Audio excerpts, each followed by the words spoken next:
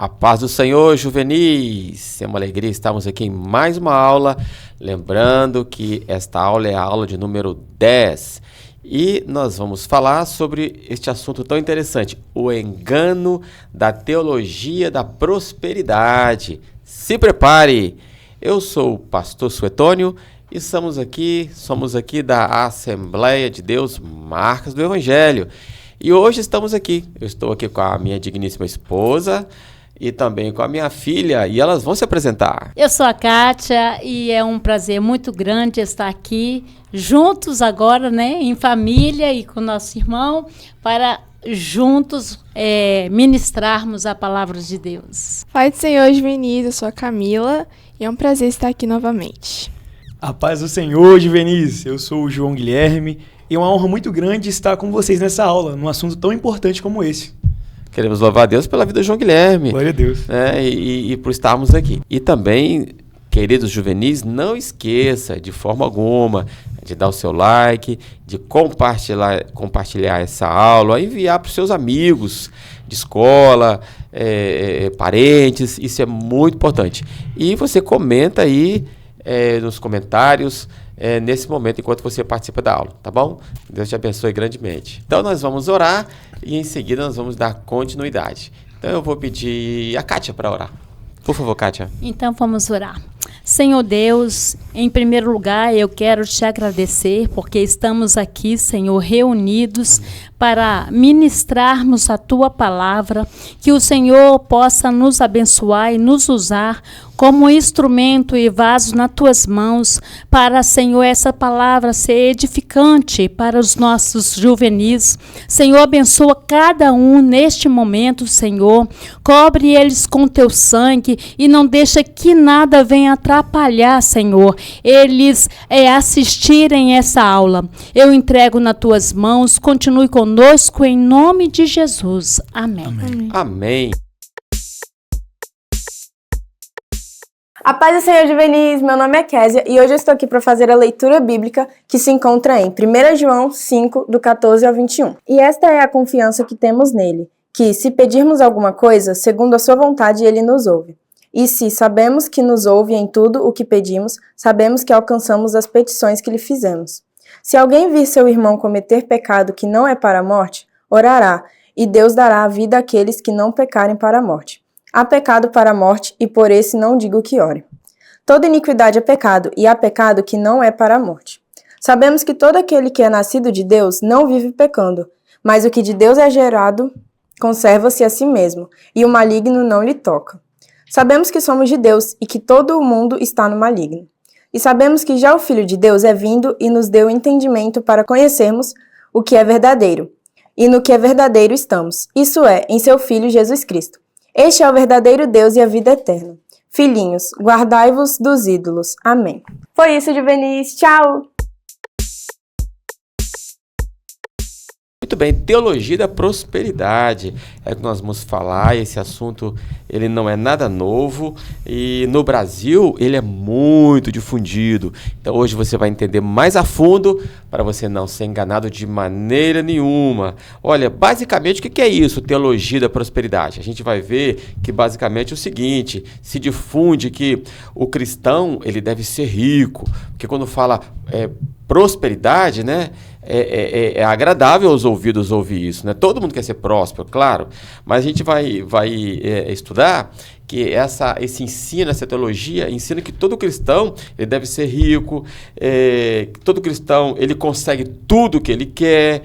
E outra coisa interessante também, o cristão determina as coisas, ele determina as coisas em nome de Deus, as coisas acontecem, e ele sempre deve estar muito bem na vida, estar feliz, realizado, idealizado, e isso, na verdade, não é uma realidade.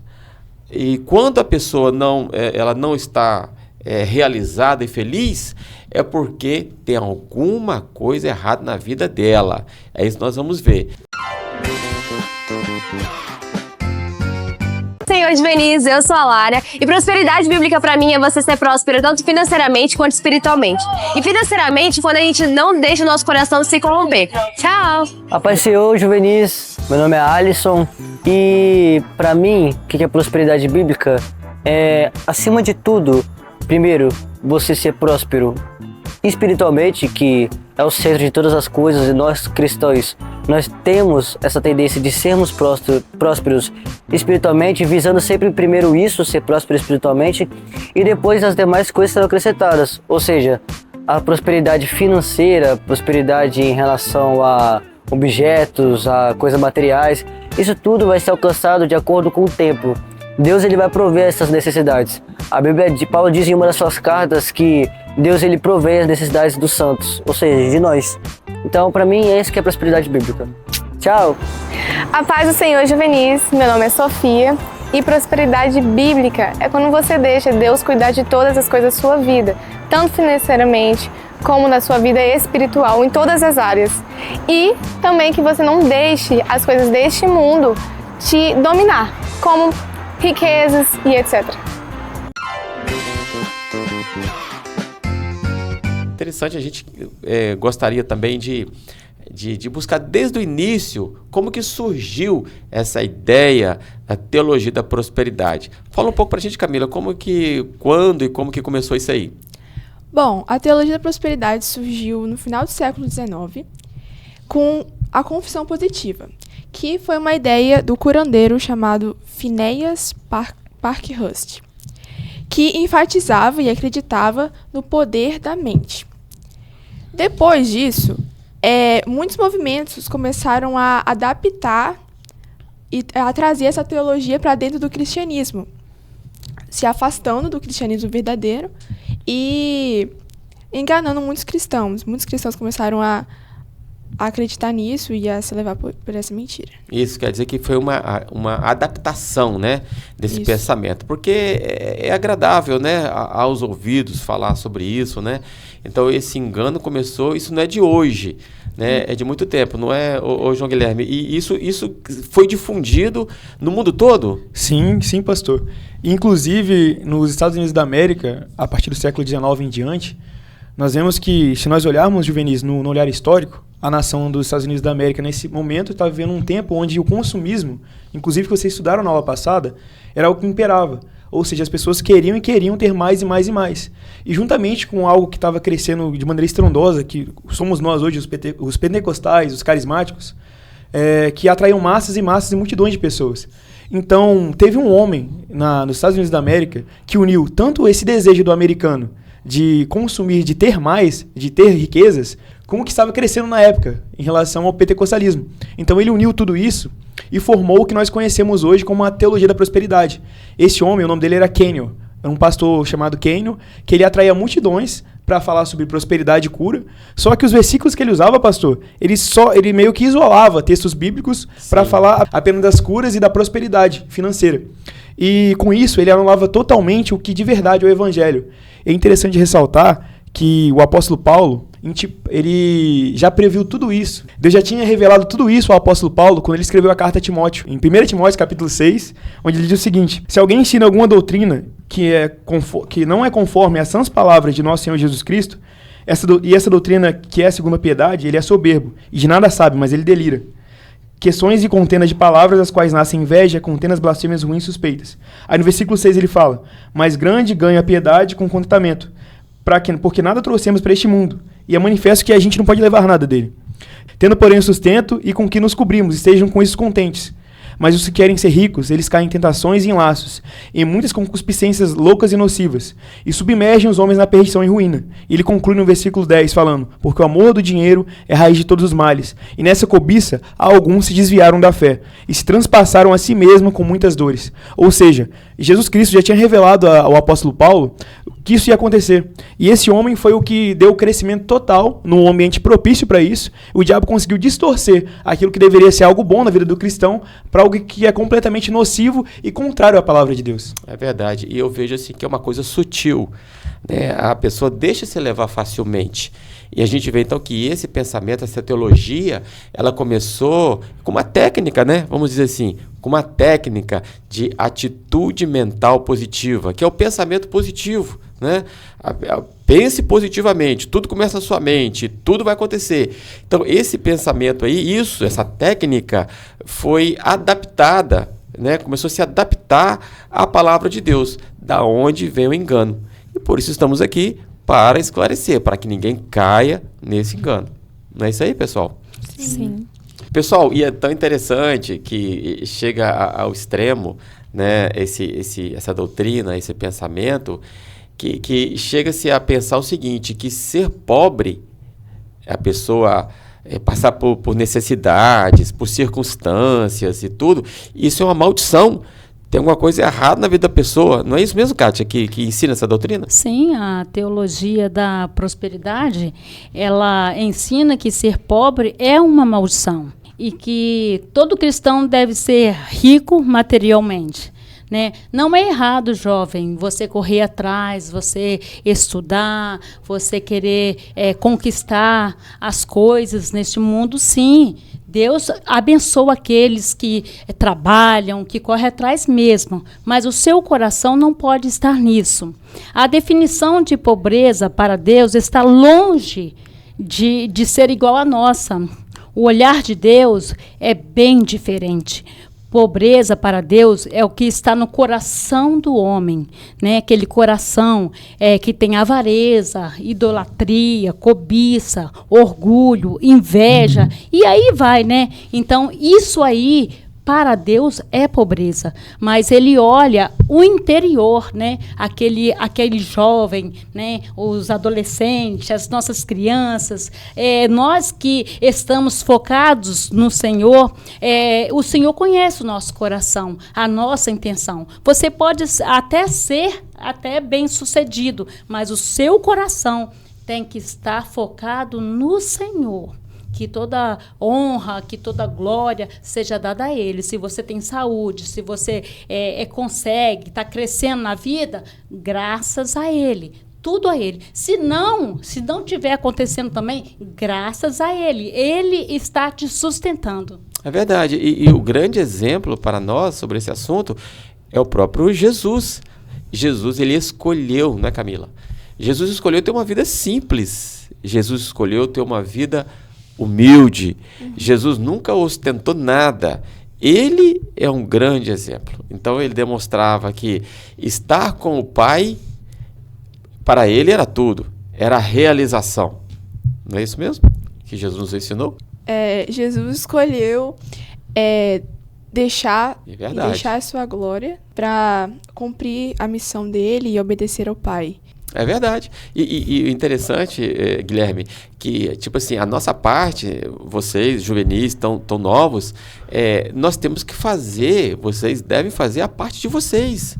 O restante, Deus, ele vai abençoar, naturalmente. Então, se você prezar por uma vida do temor do Senhor, amar a palavra de Deus, estar apegado à palavra de Deus, amar a igreja, buscar a excelência em tudo, ter uma vida disciplinada, amar o estudo, a obediência aos pais, à família, olha, a prosperidade virá naturalmente. Sim. Não é? Você concorda, Guilherme? A pessoa, ela só vai se dar bem na vida, porque ela está fazendo a parte dela e Deus, com a sua bondade, vai honrar a vida, né, desse rapaz, dessa moça. Por quê? Porque ele está fazendo a parte dele.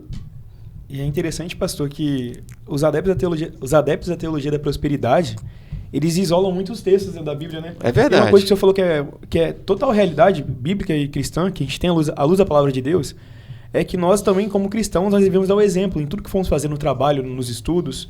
E eles usam muito aquele texto de Jeremias que fala que Deus tinha para o plano de Israel, plano de fazer prosperar, plano de paz.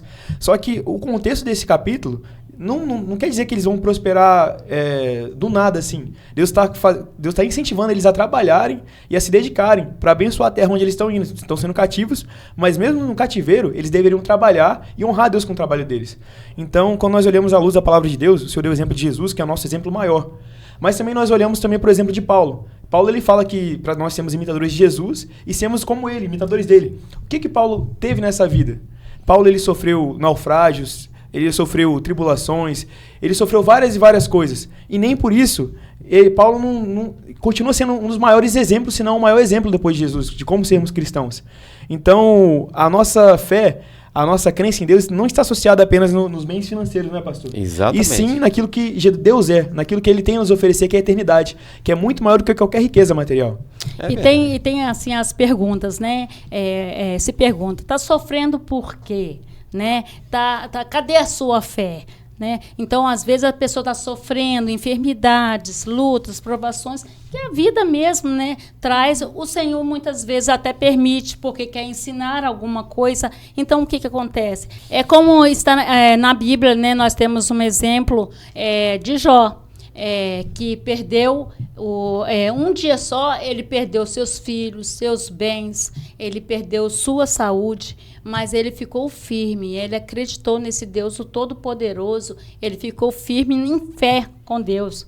Então, essa história de que tudo vai bem, mar de rosas, não existe, né? Aqui nós estamos aqui neste mundo para passar por todos os processos que o Senhor vai escrever na nossa história. O próprio Jesus disse que no mundo teríamos aflições, né? Mas que nós deveríamos ter bom ânimo, porque ele venceu o mundo. Ótimo. Olha que clareza, né? No mundo tereis aflições. E através dessas aflições, até das necessidades, é uma oportunidade que temos de provar nosso amor por Jesus. A nossa fidelidade, Senhor, não importa. O importante é que eu sei que eu vou passar por isso e vou vencer, porque o Senhor está comigo. E Tiago diz na carta dele que as provações, que Deus não prova ninguém, mas as provações que vêm naturalmente, elas produzem perseverança também, né? Produz perseverança. Exatamente. Nos ensina a crescer. E a confiar em Deus, né? É verdade. Pessoal, interessante também nessa teologia da prosperidade, né, nessa doutrina, uma coisa muito interessante, que é usado muito o termo assim, nessa linha aí, né, da atitude mental positiva, é essa linha, eu determino, né? Como se a pessoa colocasse Deus na parede. Tem algumas pessoas que exageram em algumas coisas. Você deve realmente perseguir. Tem pessoas que chegam ao ponto de dizer assim, você deve se engravidar daquilo que você deseja. Então, tipo assim, se você imagina ter um carro novo, ter algum bem, você tem que imaginar aquilo que isso vai acontecer. Eu determino, é como se colocasse assim, Deus na parede, né, Guilherme? Isso é muito interessante, né, pastor? Porque como as pessoas distorceram o evangelho, né? Porque eles fizeram do evangelho, literalmente, o que Jesus encontrou no templo quando ele entra em Jerusalém. Que ele encontra as pessoas vendendo e fazendo comércio dentro do templo de Deus.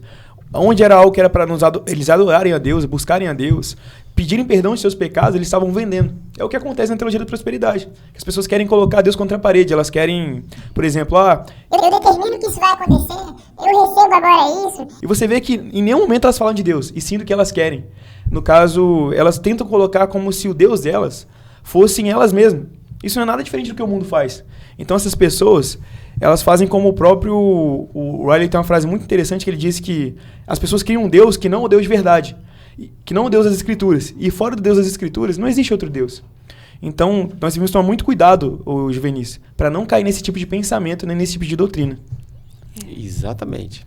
E essa questão, né, se está acontecendo alguma coisa errada na vida da pessoa, é porque a pessoa não tem fé, né, consegue aqui alguma desculpa, e dificilmente a pessoa é confrontada nos seus erros, nos seus pecados, nas suas falhas.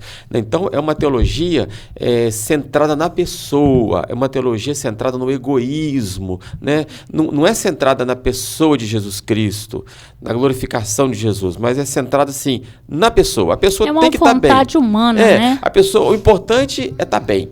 O importante é estar feliz. O importante é estar realizado. O importante é que está tudo dando certo, né? E essa não é a realidade da vida. Então, se não está acontecendo isso, é porque a pessoa não tem fé. Então, não é isso que a Bíblia nos ensina. Então, nós temos que prezar o quê? Pela vontade de Deus. O único que pode determinar alguma coisa em nossas vidas é quem? É Deus. É o Senhor. Ele sim pode determinar. E ele ensinou, né, com a oração do Pai Nosso, que é para ser feita a sua vontade. Então, nós temos que ser direcionados no Senhor, né? A vontade tem que ser dele.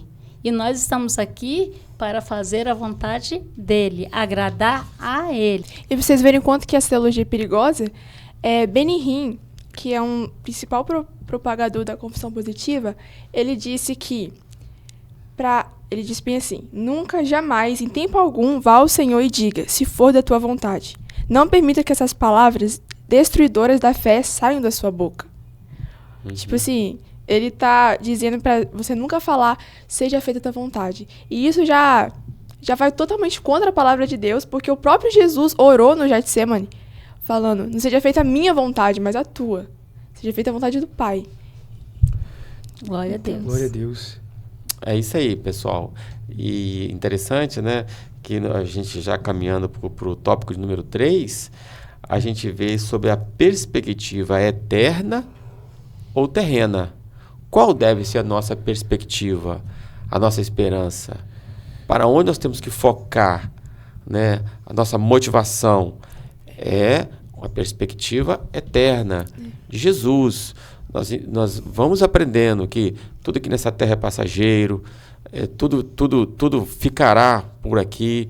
Então, nós temos que focar naquilo que é eterno, né? E essa teologia aí da prosperidade, ela dá ênfase nas coisas da terra, né? Dá a ideia de que só o que acontece aqui que é importante, né? Então, e o que a Bíblia nos diz? O que Paulo falou? Olha, se nós esperarmos por Jesus só nesta vida, somos os mais miseráveis dos homens. Olha, sim, nós somos os mais miseráveis de todos os homens. Então, ter Cristo, né, entregar a vida para Jesus, com esse pensamento de ser feliz só aqui nessa terra, olha, é muito pouco. Somos sim abençoados, somos sim felizes, mas nós estamos aqui nos preparando para algo muito maior, muito melhor, que é o céu. E é interessante quando nós estamos passando por problemas, dificuldades, enfermidades, mesmo nesse processo, aqueles que focam no Senhor conseguem estar alegres, felizes, não pelaquela situação, mas o Senhor dá condição para passar por esse processo. Isso é maravilhoso. Glória a Deus. E interessante também, tem o John Piper, ele tem uma frase que desde pequeno ele ouve da avó dele, né? Que a gente não deve se preocupar com aquilo que não é eterno. E ele fala que tudo que não é eterno é eternamente inútil. E como o pastor Setoni falou da passagem de Paulo, é uma loucura praticamente, uma falácia você querer ter de Deus apenas essa terra. Sendo que o mais importante para nós cristãos é o anseio pela eternidade. Nós vemos que eles querem criar, literalmente, como o pastor Jairo fala, um céu aqui na terra. Não é nada diferente do que várias e várias ideologias se levantaram no decorrer da humanidade. Porque eles querem apenas a prosperidade de Deus, eles querem apenas a cura que eles precisam, eles querem apenas satisfazer os desejos deles mesmos. Ou seja, é um evangelho totalmente hedonista. É um anti-evangelho, como muitas pessoas dizem hoje em dia sobre isso. Então, nós não devemos nunca cair nessa cilada de achar que Deus é um self-service, Deus é um aplicativo ou um tipo de mecanismo que sempre que você precisa, você vai lá e Ele vai te dar automaticamente conforme a sua vontade. Não. Deus é um Deus tão misericordioso que Ele nos ajuda sim, Ele nos cura sim, Ele nos prospera sim. Mas isso nunca é o nosso foco. O nosso foco de verdade é Jesus Cristo. Porque o João Guilherme, a Camila, o pastor Suetônio, a tia Cátia, a gente é limitado. Nós somos seres que um dia nós não vamos estar aqui. Mas Jesus, Ele é eterno. Ele sempre vai existir, Ele morreu por nós, e isso já é mais que o suficiente. O resto, como a própria Bíblia fala, o resto será acrescentado. Mas o mais importante, nós já temos, que é Jesus. Glória a Deus. Amém.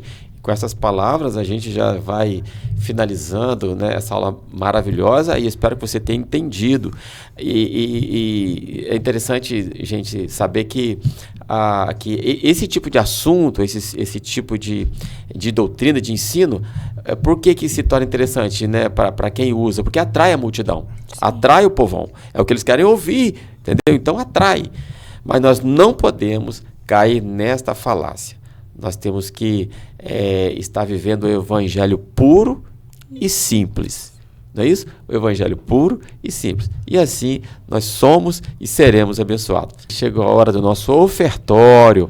você tem a oportunidade de ofertar, seja qual for a quantia que você sentir no coração, que é a sua condição, oferta nesse momento, que você vai estar abençoando a obra de Deus, abençoando a sua igreja, toda essa estrutura, tudo isso nós organizamos aqui para abençoar a sua vida, tá bom?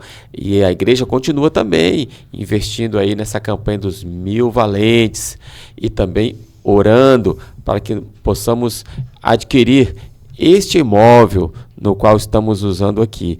Um imóvel maravilhoso, e a igreja está orando e também contribuindo para nós adquirirmos este imóvel. Assim que Deus abençoe sua vida e você pode contribuir nesse momento.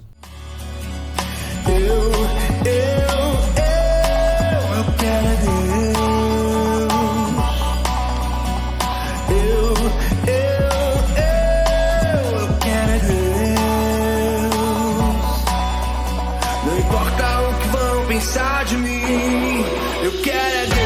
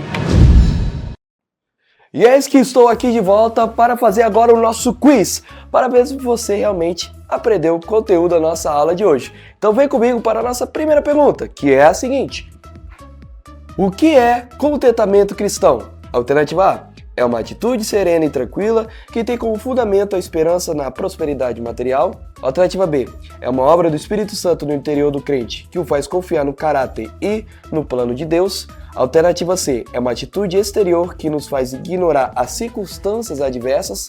Ou alternativa D: é a capacidade de realizar conquistas pessoais baseadas na competência individual. Vamos lá, tempo na tela.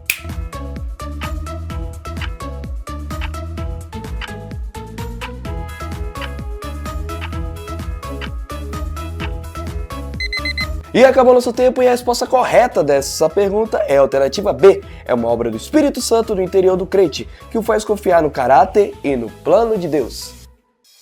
Segunda pergunta: o que é necessário para que os cristãos combatam a insatisfação em uma cultura voltada para o consumo?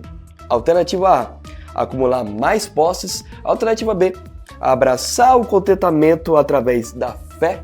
Alternativa C: criticar os outros por suas escolhas. Alternativa D: ignorar as circunstâncias externas. Vamos lá mais uma vez, tempo na tela.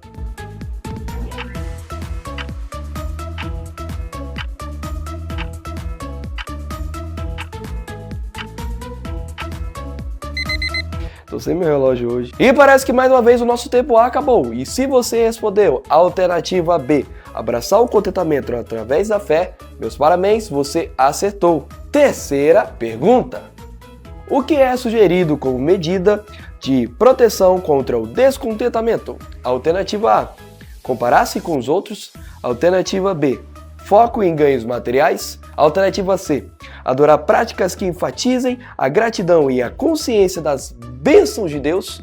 Ou alternativa D: ignorar sentimentos e desejos pessoais. Vamos lá? Responde no chat.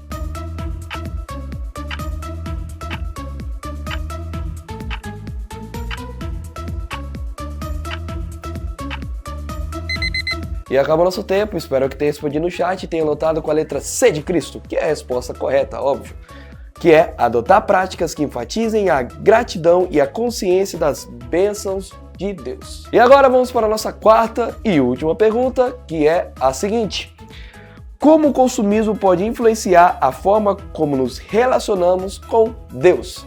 Alternativa A: o consumismo incentiva a busca constante por bens materiais. Isso desvia o foco do cristão dos valores espirituais. Alternativa B: a ênfase no consumo pode levar à profundidade nas práticas da fé e na conexão com Deus. Alternativa C: o consumismo substitui a confiança em objetos e coisas pela confiança em Deus, fazendo com que a vida espiritual se torne mais intensa. Ou alternativa D: o consumismo é essencial para equilibrarmos a consciência de nossa necessidade e o amor de Deus. Pela última vez, tempo na tela.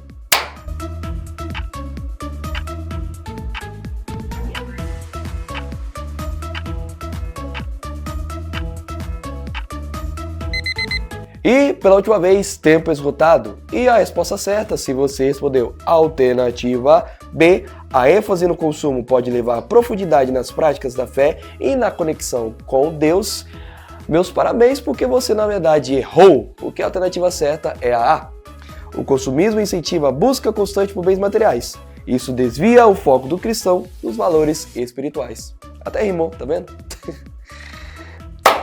E foi isso, meus caros jovens, esse foi o nosso quiz de hoje. Espero que vocês tenham aprendido um pouco mais da lição e também tenham acertado as perguntas, e eu creio que acertaram porque vocês são alunos nota 10. É isso, fica na paz e tchau!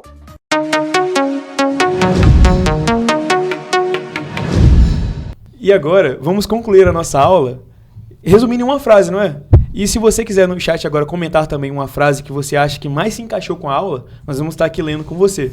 E a minha frase é: tudo aquilo que não é eterno é eternamente inútil. Olha. Bom, a minha frase, na verdade, é um versículo que se encontra em 2 Coríntios 4:18, que diz: não atentando nós nas coisas que se veem, mas as que não se veem, porque as que se veem são temporais, e as que não se veem são eternas. Da glória. E eu quero também concluir dizendo para você procurar fazer a vontade do Pai. Em tudo há um propósito, um ensinamento e um aprendizado. É verdade. E seja qual for a nossa circunstância, a nossa prosperidade, a nossa realização, a nossa conquista e razão de viver é Cristo. Meu Deus. Eita!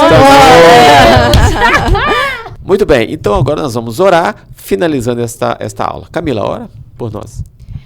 Senhor, meu Deus, meu Pai, muito obrigada, Jesus, por essa aula. Muito obrigada, Senhor, pela Tua palavra, que traz luz para nossas vidas, Pai. Amém. Eu peço que a palavra que hoje foi ministrada possa estar no coração de cada um e que possa também estar na mente de cada um, Jesus.